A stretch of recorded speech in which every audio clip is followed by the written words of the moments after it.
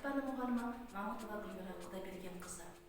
Тарих сабақтарында пайдаланатын жаңа форматтағы әдіс-тәсілдер курсының авторлық бағдарлама. Барлығы 34 сағат, 5-6 сыныптарға арналып жоспарланған.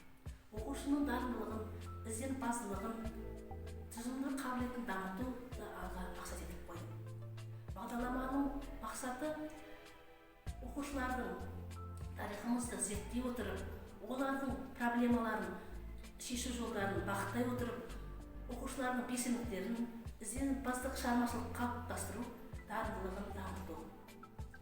Оқушылардың тарих, география пәндерінен алған білімдерін дамытып, ғылыми зерттеу жұмыстарына жұмылдыру, оқушының дарындылығын, шығармашылығын арттыру. Оқушыларды ауызша тарихымен, шежіресімен толықтай таныстыру. Оқушылардың жас ерекшелігіне, білімді қараудағы, қабылдаудағы, психологиялық, педагогикалық ерекшеліктеріне сене отырып, білім жүйесін күрделендіре түсу. Оқушылардың өз өлкелерінен шыққан атақты өнер адамдарын, тарихи ескерткіштерді, Ұлы Отан соғыс ардагерлерін, ардақты аналары мен ауданның өркендеуіне үлес қосқан азаматтармен таныстыру.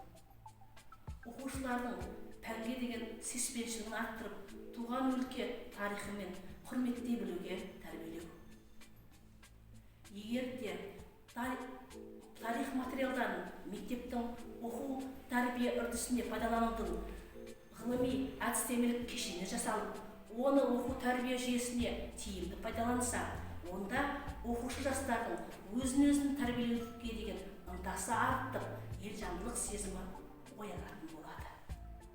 Өйткені ауызша тарих материалдары олардың жан-жақты терең танып білуге, ата дәстүрді сезімін оятуына мүмкіндік туғызатын білімді, білікті, тәлімдік дерек көзі